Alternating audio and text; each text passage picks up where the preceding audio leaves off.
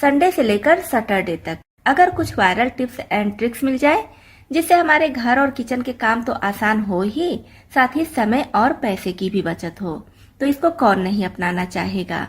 नमस्ते दोस्तों, मैं हूँ छाया और आपके अपने चैनल छाया रसोई में एक बार फिर से आपका बहुत बहुत स्वागत है। दोस्तों, आज मैं फिर से आपके लिए कुछ वायरल टिप्स एंड ट्रिक्स लेकर आई हूँ, जिसको आप देखें हो सकता है इनमें से कुछ टिप्स एंड ट्रिक्स आपके भी काम आए, आपका भी समय और पैसा बचे, साथ ही साथ आपका काम करना भी काफी आसान हो जाए। तो दोस्तों, हमेशा की तरह वीडियो देखने से पहले कमेंट बॉक्स में लिखकर ये बताना न भूलिएगा कि आप इस चैनल के वीडियोस किस शहर या फिर किस गांव से देख रहे हैं, जिससे मैं लिखकर आपको थैंक्स बोल सकूं। तो चलिए देख लेते हैं आज की सबसे पहली टिप। दोस्तों, आजकल मार्केट में हरा चना खूब आ रहा है। इससे रेसिपीज जितनी ज़्यादा टेस्टी बनती हैं, इसको छिलना उतना ही मुश्किल होता है, क्योंकि काफ़ी छोटा छोटा होता है तो काफ़ी समय लग जाता है इसको छीलने में। इसको आग में भून कर भी खाया जाता है। तो अगर आप गांव से होंगे तो आपको तो पता ही होगा कि किस तरह से भुना जाता है। फिर भी जिसको नहीं पता है उसको मैं बता दे रही हूँ कि मेरे यहाँ इसको किस तरह से भुना जाता था। तो क्या करते हैं, आग जलाते हैं और आग में इसको पौधे सहित ऐसे ही डाल देते हैं। इसको उलटते पुलटते हुए भूनना होता है, जिससे कि सारे चने की फली एक बराबर भून जाए। अब इसमें से कुछ फली जो ज्यादा भुन जाती है वो आग में गिर जाती है, फिर उसको आग से निकाल कर खाया जाता है, और कुछ इसी में लगा रहता है तो इसमें से निकाल कर छील कर खाते हैं। उस तरह से अगर भुना हुआ आप खाएंगे ना तो बहुत ज्यादा टेस्टी लगता है। अब जिसके यहाँ आग जलाने की व्यवस्था नहीं है उसके लिए मैं छोटी सी टिप शेयर कर रही हूँ। तो इसके लिए सबसे पहले इसमें ये जो हरा चना लगा है ना, जितना आपको भूनना है उसके हिसाब से तोड़कर अलग कर लीजिए। तो यहाँ पर देखिए, मैं थोड़े से चने से फली तोड़कर रख ली हूँ। अब गैस पर एक कढ़ाई चढ़ाएंगे और इसमें ये फली डाल देंगे।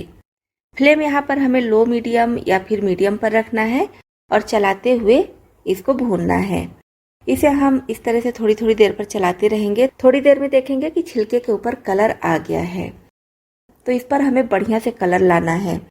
तो जब छिलके पर बढ़िया से कलर आ जाए तब इसको निकाल लेंगे और बस इसको गर्मा गर्म आप छिल कर खाइए। खाने में ये चना बहुत ज्यादा टेस्टी लगता है। तो आपके यहाँ भी अगर ये वाला चना मिल रहा है तो एक बार लाकर और इस तरह से भून कर जरूर खाइए। आग की व्यवस्था है तो आग में भूनिए, आग की व्यवस्था नहीं है तो इस तरह से गैस चूल्हे पर भून सकते हैं।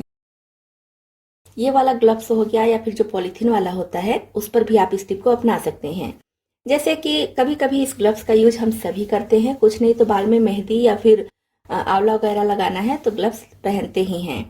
कभी कभी ये साइज का नहीं होता है, बहुत ज्यादा ढीला होता है और हम जो भी काम करते हैं तो ये निकलने लगता है, दिक्कत होती है काम करने में। तो इसके लिए क्या कीजिए, इस तरह से बड़े साइज का एक रबर बैंड ले लीजिए और इसको पहन लीजिए।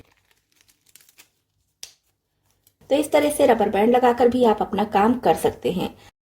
अब तब भी आपको दिक्कत हो रही है, ये वाला भाग निकल जा रहा है, तो क्या कीजिए, इस तरह से रबर बैंड को लेकर बीच वाली उंगली में ऐसे फंसा दीजिए। तो ये बिल्कुल भी नहीं निकलेगा। आप किसी भी तरह का काम कितना भी कीजिए कोई दिक्कत नहीं होगी। कितना भी ढीला आपका ग्लव्स हो बिल्कुल भी प्रॉब्लम नहीं होगी। कोई भी काम बहुत आसानी से आप कर सकते हैं।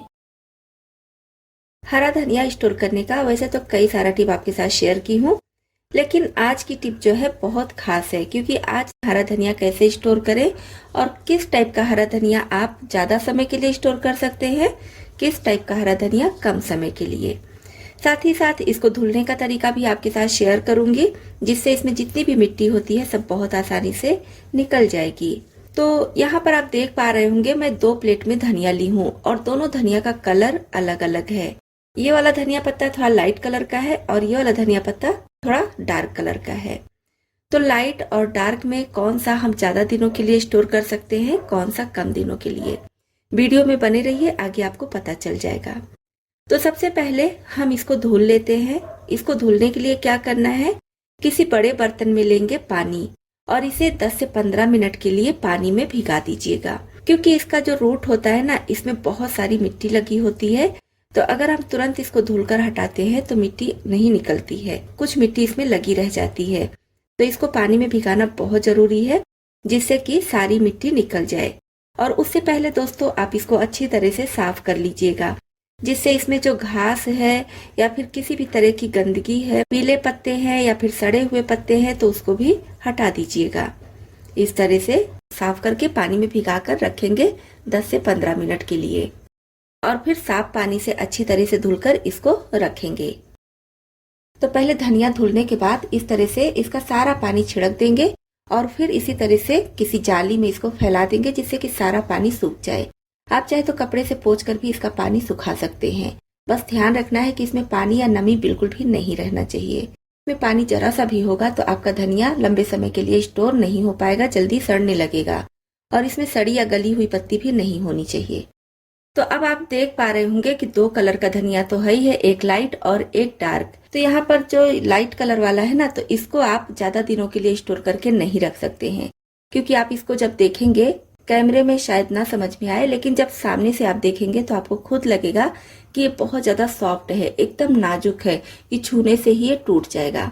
तो ये धनिया आप ज्यादा दिनों के लिए स्टोर करके नहीं रख पाएंगे। कलर भी इसका लाइट होता है। जैसे कि हम इस तरह का धनिया पत्ता मार्केट से लेकर आते हैं, तो अगर संभाल कर तुरंत नहीं रखते हैं तो ऐसे ही रखे रखे ये गल जाता है। तो इसको संभाल कर रखना बहुत जरूरी हो जाता है। अब अगर आपके यहाँ इसी तरह का धनिया पत्ता मिलता है, तब तो मजबूरी है आपको इसी तरह से स्टोर करना है।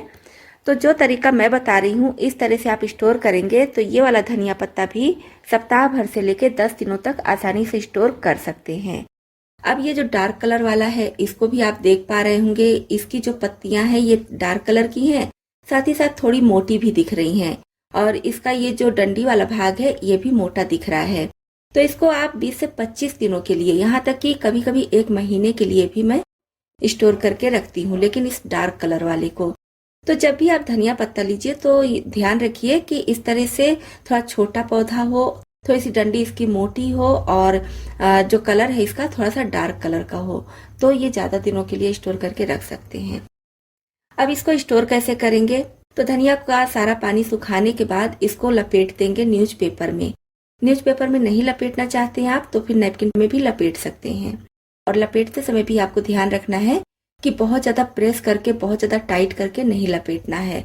बिल्कुल हल्के हाथ से, जितनी मात्रा में धनिया पत्ता है उसी के हिसाब से आपको पेपर लपेटना है, एकदम हल्के हाथ से।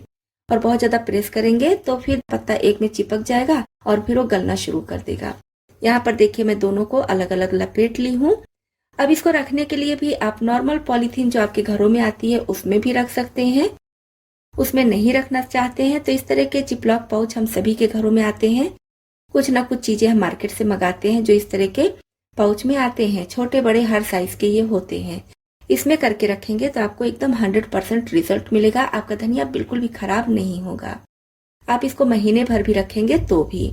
बस आपको ध्यान रखना है कि जो मैं पौधे का पहचान बताई हूँ, सॉफ्ट वाला नहीं रखना है, जो थोड़ा हार्ड होता है, डार्क होता है, उसको रखना है। और जो प्रोसेस में बताई हूँ उसी तरह से आप रखिएगा। और ध्यान रखना है कि जब आप इसको फ्रिज में रखिए तो ऐसा नहीं है कि ऊपर से दूसरी सब्जियां भर दीजिए, क्योंकि जब ऊपर से दूसरी सब्जी आ जाएंगी तो फिर ये दब जाएगा, जिसकी वजह से भी धनिया खराब हो सकता है।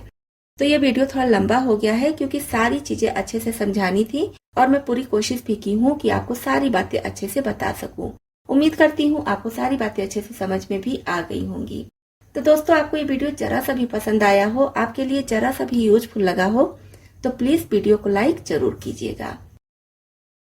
जैसे कि मार्केट से हम बहुत सारी इस तरह के पैकेट वाली चीजें लेकर आते हैं और इसको कंटेनर में खाली कर लेते हैं, फिर भी थोड़ी बहुत चीजें पैकेट में बची रह जाती हैं। तो आज मैं जो टिप आपके साथ शेयर कर रही हूँ, इसको आप अपनाएंगे तो बिल्कुल जैसे मार्केट में चीजें पैक होकर आती हैं उसी तरह से रहेंगी। तो जैसे कि ये पैकेट आप देख पा रहे होंगे खुला है, अब इसे मैं पैक करके दिखा रही हूँ। अगर ज्यादा बड़ा ये पैकेट है तो इस तरह से फोल्ड कर लीजिए थोड़ा सा, तो और अच्छा हो जाएगा। और उसके बाद हमें चाहिए एल्युमिनियम फॉयल। इस तरह से एल्युमिनियम फॉयल इसके ऊपर रखेंगे और दूसरा भाग भी इस तरह से रखेंगे। उसके बाद प्रेस हल्का गर्म करके इसके ऊपर चलाएंगे। ध्यान रखेंगे कि पॉलीथीन पर प्रेस ना लगे, नहीं तो फिर पॉलीथीन पिघल जाएगी। सिर्फ एल्युमिनियम फॉयल पर ही प्रेस हमें करना है और हल्का गर्म करके ही करना है। कुछ सेकंड आप इसको प्रेस करेंगे, बस उतने में ही बहुत अच्छे से ये चिपक जाता है, जैसा कि आप वीडियो में देख पा रहे होंगे। देखिए कितने अच्छे से चिपक गया है, ना तो इसमें हवा जाएगी और ना ही नमी। तो दोस्तों, बहुत ही काम की टिप है। अब की बार से जब भी आपके घर में पैकेट वाली कोई चीजें बच जाए तो इस टिप को जरूर अपनाइए। आजकल ऑनलाइन का जमाना है, हम सभी ज्यादातर ऑनलाइन चीजें ही मंगाते हैं। तो जब भी हम ग्रोसरी आइटम कोई भी मंगाते हैं तो इस तरह के पेपर बैग में आता है। ये पेपर बैग उतना ज्यादा मजबूत तो नहीं होता है, लेकिन देखने में बहुत ज्यादा अच्छा लगता है। जैसे कि जब भी हम इसमें कोई सामान मंगाते हैं तो ये पैक नहीं रहता है, इसी तरह से खुला रहता है। मैं तो जितनी बार भी मंगाई हूँ उतनी बार ये खुला ही रहता है, इसको सील नहीं करते हैं। तो अगर आप भी ऑनलाइन शॉपिंग करते हैं या फिर इस तरह का पेपर बैग है, इसका हम बहुत अच्छा रीयूज कर सकते हैं। जैसे कि अभी सर्दियां जा ही रही हैं तो हमें ऊनी कपड़े रखने के लिए इस तरह के पेपर बैग की जरूरत पड़ती है। ये पेपर बैग काफी सेफ होता है। इसमें आप कितने भी साल ऊनी कपड़े रख दीजिए, आपके कपड़े बिल्कुल भी खराब नहीं होंगे। और जरूरी नहीं है कि आप इसी तरह से शॉपिंग वाला बैग ही लीजिए, कोई भी किसी भी तरह का पेपर बैग आप ले सकते हैं। क्योंकि पेपर बैग जिससे बना होता है या फिर इसमें जो प्रिंट होता है या फिर लिखा होता है तो कुछ केमिकल होता है, शायद उसी की वजह से इसमें किसी भी तरह के कीड़े या फिर जो ऊनी कपड़े में फंगस लग जाता है वो सब नहीं होता है। ऊनी हो या फिर कोई नॉर्मल भी जैसे सिल्क वगैरह के कपड़े भी आप अगर रख रहे हैं तो इसमें बिल्कुल सेफ रहते हैं। इसमें मैं रख रही हूँ वूलन शर्ट। वूलन शर्ट की जरूरत हमें फिर सर्दियों में ही पड़ेगी, तो ये फालतू का इधर से उधर होता रहेगा। इससे अच्छा हम इसमें पैक करके रखेंगे तो इसमें ना तो किसी तरह की गंदगी लगेगी, ना ही कीड़े मकोड़े लगने का भी डर होगा। इसमें हमारा शर्ट या जो भी वूलन कपड़ा है एकदम सेफ रहेगा। और फिर इसका ये जो सिल्वर वाली पट्टी है, पट्टी को हम हटा देंगे और इसे इस तरह से चिपका देंगे। अब अगर ढेर सारे पाउच आपके पास हैं और घर में सभी के कपड़े इस तरह से ही रखने हैं, तो फिर जब निकालना होगा तो आपको दिक्कत होगी कि किसका कौन सा पाउच है, किसमें किसका कपड़ा रखा है, कौन सा स्वेटर रखा है या फिर कौन सा शर्ट रखा है। तो उसके लिए आप इस पर नाम भी लिख सकते हैं। तो दोस्तों, अगर आप भी इस तरह के पेपर बैग को बेकार समझकर फेंक देते हैं तो अब से बिल्कुल न फेंकिए, इस तरह से आप उसका रीयूज कर सकते हैं। दोस्तों, संतरे का सीजन है और मार्केट में बहुत बढ़िया संतरा आ रहा है। तो अगर संतरे का जूस आपको पीना पसंद है या फिर आपके घर में छोटे छोटे बच्चे हैं जिनको आप थोड़ा बहुत संतरे का जूस पर डे देना चाहते हैं, तो बहुत ही आसान तरीके से संतरे का जूस घर में बनाना आपको सिखाऊंगी, बिना जूसर या फिर बिना मिक्सी के। तो इसके लिए हम क्या करेंगे, संतरे को इस तरह से दो भाग में कट कर लेंगे। जैसे नींबू कट करते हैं ना, उस तरह से हमें इसको कट कर लेना है। अब हमें चाहिए इस तरह की जाली। ये जाली हम सभी के घरों में होती है। शेप हो सकता है अलग अलग हो, लेकिन होगी जरूर। और ये जाली नहीं है तो आटा चालने वाली चलनी तो जरूर होगी, तो आप उस पर भी इस तरह से जूस निकाल सकते हैं। तो क्या करेंगे, आधा संतरा हम लेंगे और इसके ऊपर रख के इस तरह से रब करेंगे, जैसा आप वीडियो में देख पा रहे होंगे। बहुत ज्यादा प्रेस नहीं करना है, हल्के हाथ से सब तरफ घुमाते हुए इस तरह से हमें रब कर लेना है।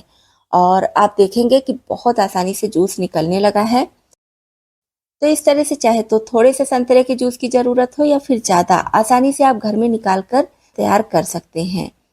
तो जितने भी संतरे का जूस आपको निकालना है उतना इस तरह से प्रेस करते हुए निकाल लीजिए। अगर संतरे का छोटा छोटा भाग इसमें आ जा रहा है तो भी कोई दिक्कत नहीं है, ये भी बहुत आसानी से निकल जाएगा और इसमें जो जूस है वो भी बहुत आसानी से निकल जाएगा।